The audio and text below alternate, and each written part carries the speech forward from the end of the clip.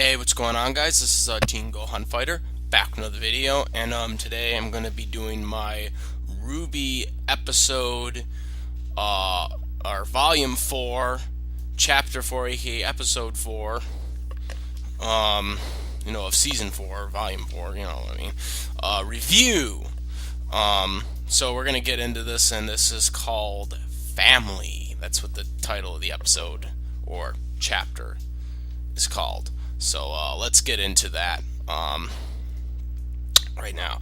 So it starts off with because most of this episode covered Yang.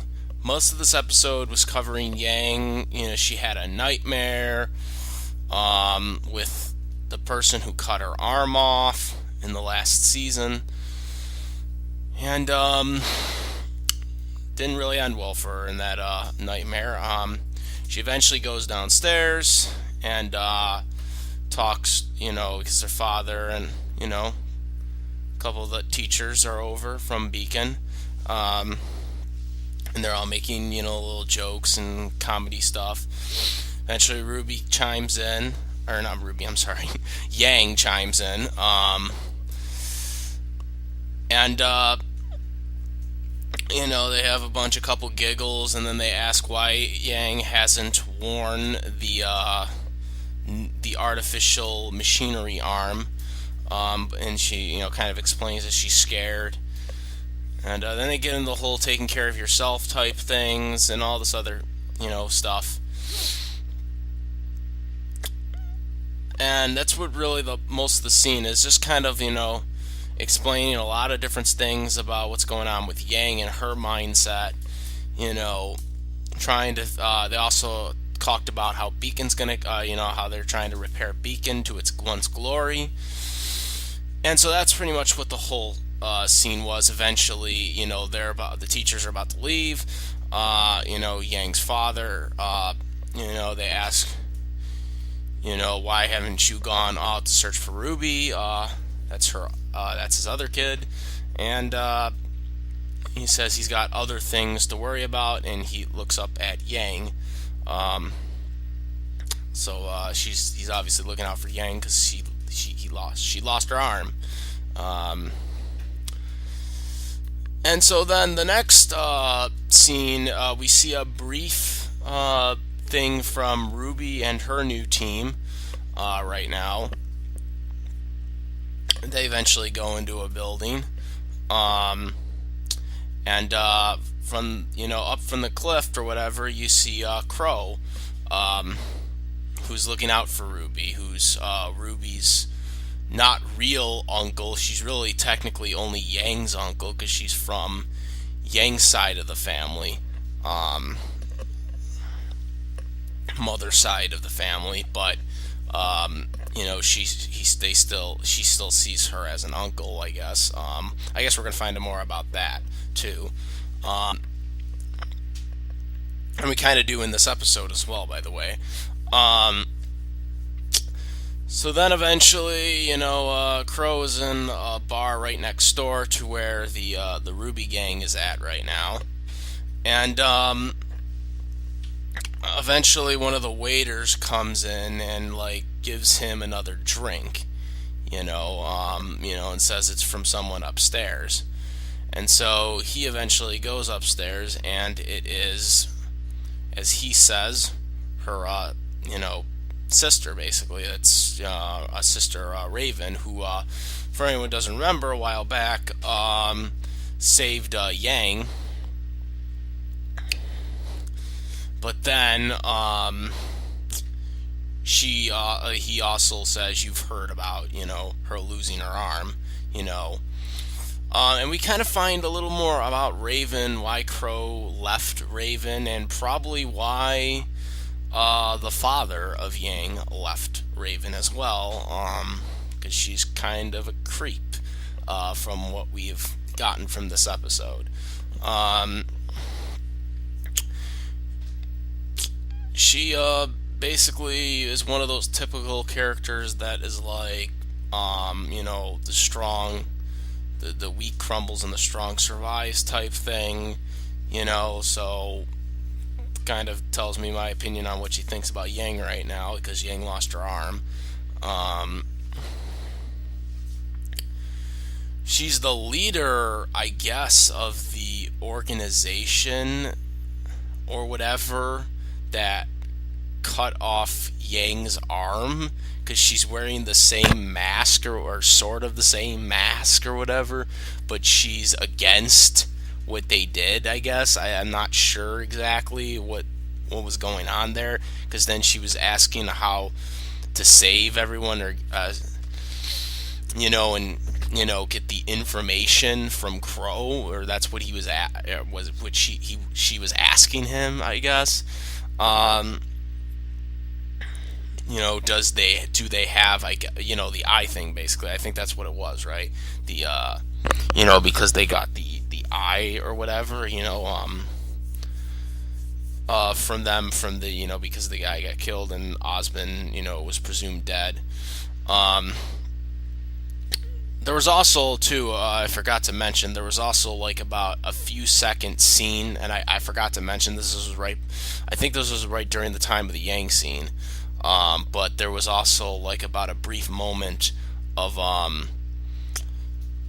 farmer. We don't really know this character. I couldn't even tell if it was of a girl or a boy, but I think it was a boy. But he's looking at a mirror, I guess, and then we hear Osmond's voice, and then he like falls down, and that was the end of that. But getting back to the I think that's going to go into something as well too. Getting back to the bar scene, they basically they both want information from one another, and we hear more about Raven. It's kind of funny that her name is Raven. Typical name, to give, I got Team Titan Raven up in here. I guess they're gonna have versus battle now. No, I'm just kidding. But anyways, she's the leader, but she's trying to save people. But at the same time, Crow basically says that he turned their back on them, but then she says that you turned the back on your tribe because he was part of that tribe, which obviously he left. Which is probably why everyone likes him in his family, in Yang's family. That's why they make him his uncle, I guess, because like he abandoned the tribe. That's what I guess this is. So I guess it kind of makes sense that they made him the uncle, since technically she was Yang's uncle. But at the same time, in reality, that's not really true for RWBY, but it makes sense now because they made RWBY's they made assume that Crow was RWBY's uncle. The same with Yang, even though Yang they were actually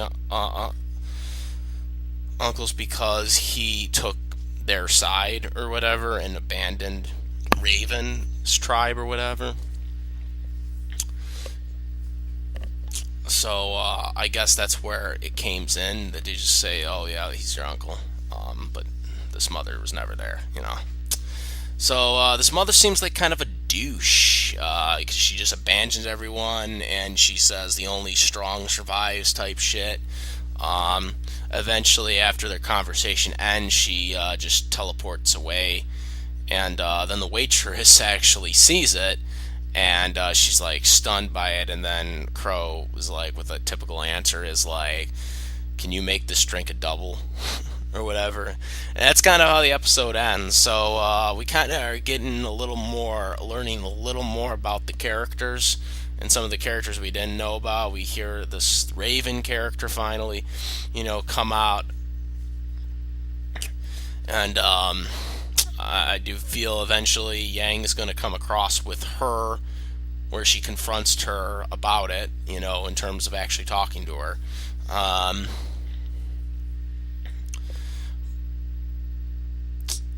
It'll be interesting to see what happens in this angle right now that they're going for.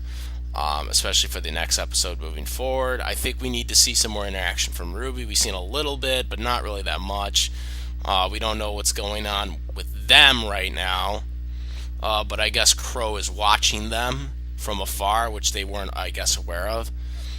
We'll see what happens with them, because I think it's going to focus more on them. I do think Yang and Blake will eventually, because Blake is, Blake's going home, so I don't exactly know when she's going to get involved. But I do think Yang at some point, because at the end too, they're also showing her, using her arm. Like that was like, actually, let me phrase this. The end of the episode was like when Yang had her arm thing on, her mechanical arm thing on, and her father was like, let's get ready to, are you ready to train? So, getting used to that mechanical arm type thing. So she's not getting her real arm back. If there was any magical powers to let her get her arm back, that's not happening. She's gonna have a machinery arm. The only thing I wish they would do, I wish they would like put like skin over the mechanical arm, but I don't think they're gonna do that. Kind of like a Luke Skywalker type effect there. So that's kind of how the episode ends, and I think they really established where the stuff is going and who's involved in what now. We kind of got a little more insight on some of these characters, like Raven in particular, and where her standing is. And then we're going to try and, I think Yang's going to get back involved eventually at some point. They're clearly showing for that once she starts, getting trained with it. But I wonder, I'm wondering what they're doing with RWBY, because RWBY's got to, she's got to be going after someone, and then obviously the villains are going after her. So there's going to be some type of thing going on at that point, for those two to collide. The farmer thing is going to be the biggest question. There was that one scene from the farmer character that we have no idea about. What's his involvement with Osmond, Professor Osmond? I'm not sure. Maybe he's inside of the farmer. I don't know. The farmer kid or whatever. I don't know exactly, because this is just some random character that he yelled out towards. So there's a lot of interesting questions. Like I said, good episode.